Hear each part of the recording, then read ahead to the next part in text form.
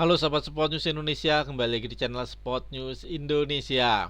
Ya, timnas Indonesia menjadi satu-satunya wakil dari Asia Tenggara, bahkan satu-satunya wakil dari Konfederasi AFF, termasuk Australia ya, untuk mewakilinya bermain di Piala Dunia U17 2025. Ya, Australia di pertandingan terakhir walaupun menang atas Jepang ya dengan skor 3-2, namun Australia tidak bisa lolos ke Piala Dunia U17 ya, tidak bisa lolos ke babak 8 besar Piala Asia U17 2025 ini karena kalah head to head atas Uni Emirat Arab. Ya. Australia kalah head to head dari Uni Emirat Arab. Tapi Uni Emirat Arab kalah head to head dari Jepang. Jepang kalah head to head dari Australia. Tapi dalam turnamen ini adalah yang diutamakan ya, yang dihitung pertama adalah selisih gol. Ya, selisih gol Jepang unggul. Produktivitas gol Jepang unggul. Setelah itu baru dihitung head to head antara kedua tim. Ya, kalau misalkan Uni Emirat Arab dan Australia selisih golnya sama-sama -1 ya, dan gol memasukkan dan kemasukan sama. Tetapi selanjutnya yang dihitung adalah head to head. Australia kalah head to head dari Uni Emirat Arab. Dan akhirnya Australia walaupun menang dari Jepang dengan skor 3-2 tidak lolos ke babak 8 besar dan otomatis tidak lolos ke Piala Dunia. Setelah itu Vietnam. Vietnam sama ya. Vietnam tapi sangat tragis juga. Vietnam tidak pernah kalah di fase gugur dan tidak pernah menang, alias semuanya berakhir imbang dan semuanya berakhir satu sama. Alhasil Vietnam hanya mendapatkan 3 poin dan yang lainnya mendapatkan 4 poin.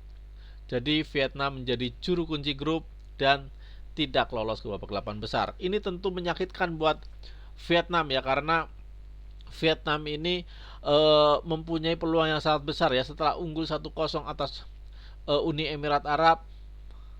Vietnam akhirnya di menit-menit terakhir babak kedua bisa disamakan ya, skornya menjadi 1-1 dan ini sangat menyakitkan buat Vietnam. Ya, wakil Asia Tenggara lainnya yaitu Thailand. Thailand tidak bisa berbuat banyak, dari 3 pertandingan di fase grup Thailand selalu kalah.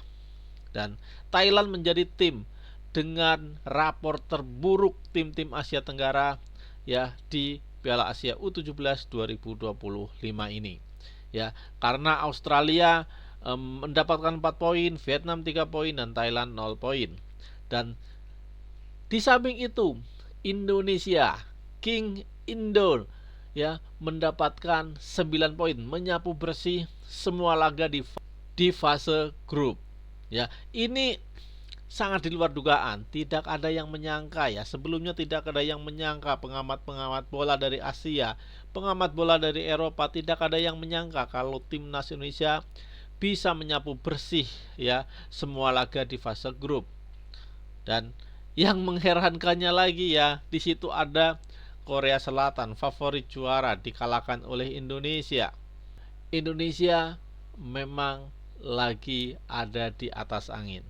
Dan Indonesia sekarang layak dipanggil kakak tertua di Asia Tenggara ya. Dulu kita tahu kita diejek oleh masyarakat Thailand ketika kalah kita ya dari Australia di semifinal Piala AFF U16. Kita diejek katanya, oke, kakak yang akan berhadapan dengan Australia saat itu, dan Indonesia seperti diejek ya. Tapi nggak apa-apa, sekarang kita membuktikan dengan tim yang sama ya, pelatih yang sama, timnas Indonesia berhasil lolos ke Piala Dunia. Dan mereka yang memanggil kita adik di Piala AFF ya, Thailand tidak bisa berbuat banyak. 3 kali pertandingan, 3 kali kalah. Dan Australia, sang juara Piala AFF juga sama, menerima kutukan ya, seolah kutukan bahwa juara Piala AFF tidak bisa berbuat banyak di Piala Asia. Termasuk timnas Indonesia ketika menjuarai Piala AFF U19 tidak bisa berbuat banyak di Piala AFF.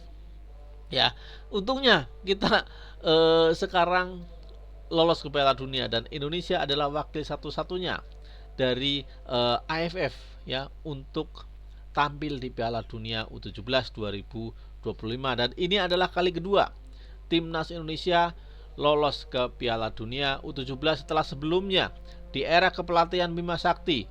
Walaupun dulu ya kita dibantai oleh Malaysia, ya sakit hatinya saat itu kita dibantai 1-5 oleh Malaysia di kandang kita sendiri.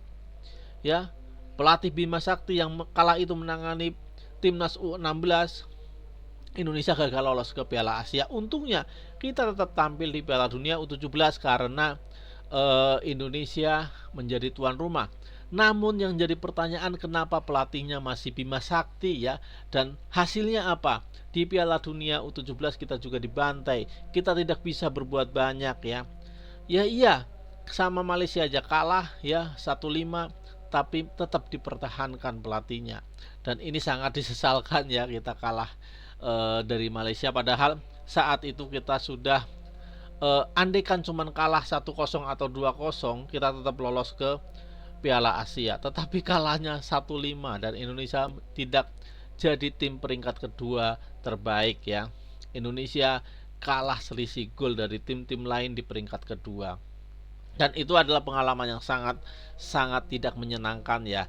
Untungnya sekarang kita memiliki tim yang bagus, pelatih yang bagus seperti Coach Nova ini ya, murid dari Sintayong, dan Indonesia membuktikan Indonesia sekarang layak ke Piala Dunia.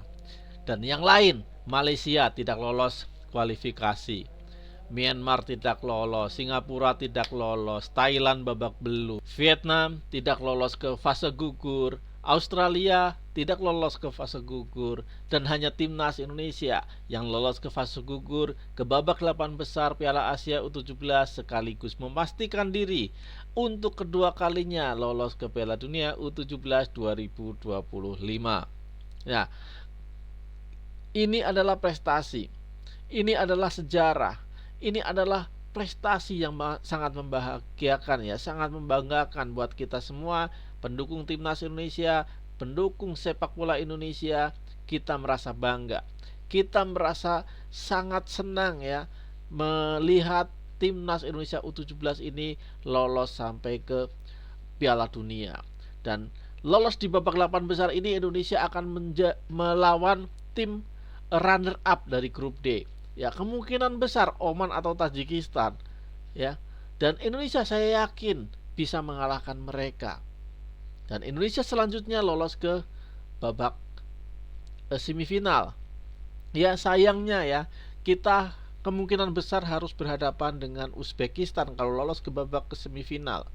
Ya, dan Uzbekistan ini menurut saya adalah salah satu tim terbaik di Piala Asia U17 ini.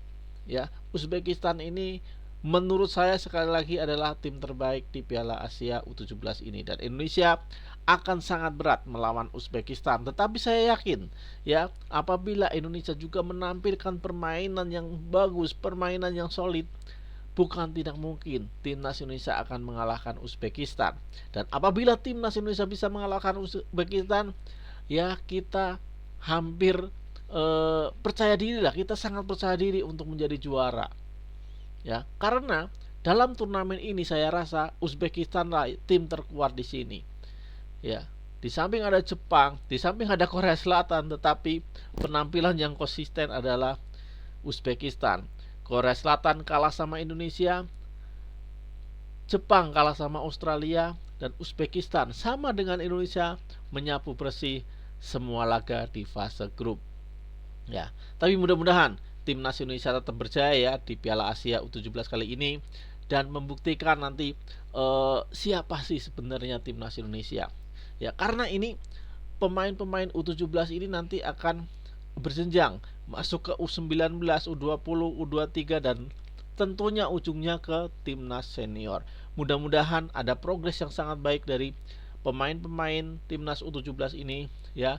Kita menunggu mereka di Piala Dunia U17, selanjutnya di jenjang U19, jenjang U20, U23, dan senior. Mudah-mudahan mereka semua sukses ya menjalani karir sebagai sepak bola dan membanggakan timnas Indonesia, membanggakan masyarakat Indonesia, dan membawa timnas Indonesia berprestasi di dunia internasional. Indonesia hebat.